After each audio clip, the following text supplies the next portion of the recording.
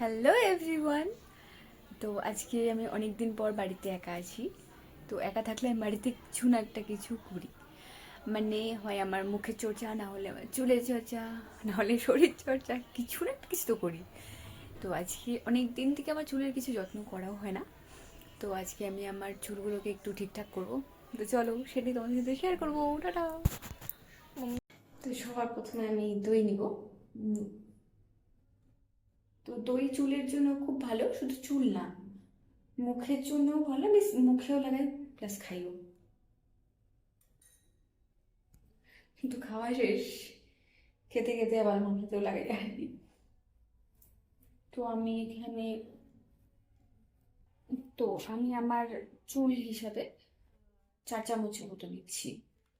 4 চামচের মতো দই হয় দেবে আমার, 4 চামচ দই, সাথে মধু মিলাবো।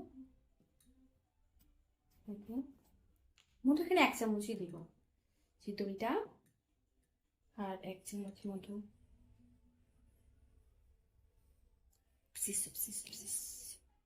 এই যে 1 চামচ মধু, এটা হালকা মিক্স করো।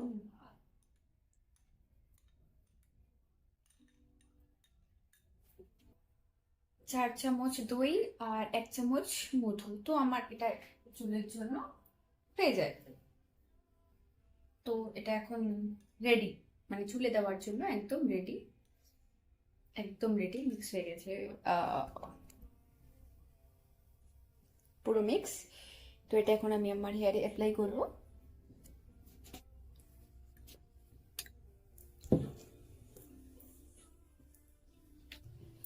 দই আর এই মধুর প্যাকটা কিন্তু মুখেও লাগানো যায়, আমি এটা মুখেও মাখি। তো আজকে তো চুলে লাগাবো, যার জন্য এটা আমি আজকে চুলেই লাগাবো।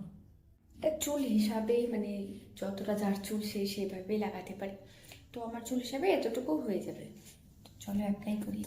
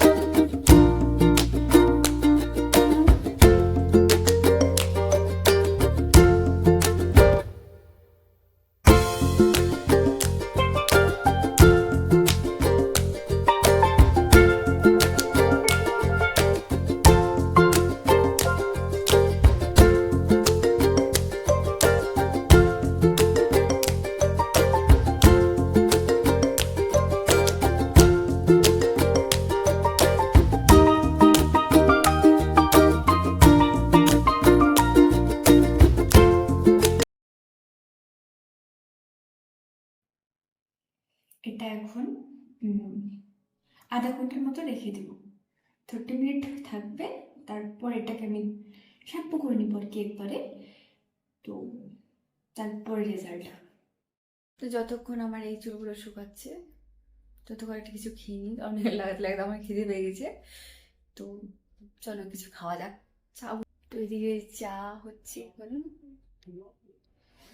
চাই খাবো। চা, চা আর পুরি। তো চা আর পুরি নিয়ে বসে গেলাম। পুরিটা সকালেরই ছিল,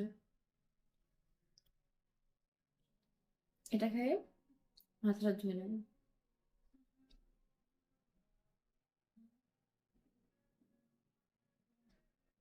চা খাওয়া শেষ,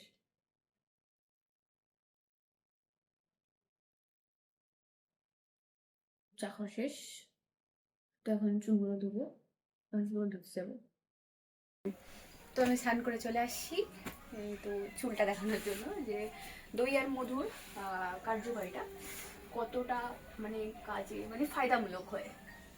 দেখো একবার, মধু আর দই, জানি না কতটা বোঝাতে পারছি, বাট আমি বুঝতে পারছি, আমি খুব ভালোভাবে বুঝতে পারছি যে চুলটা আগে কি ছিল আর এখন স্মুথনেসটা কতটা।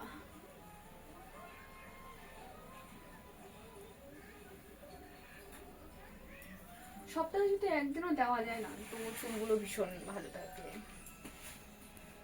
তো ঠিক আছে, টাটা বাই, দেখা হচ্ছে আবার নেক্সট ব্লগে।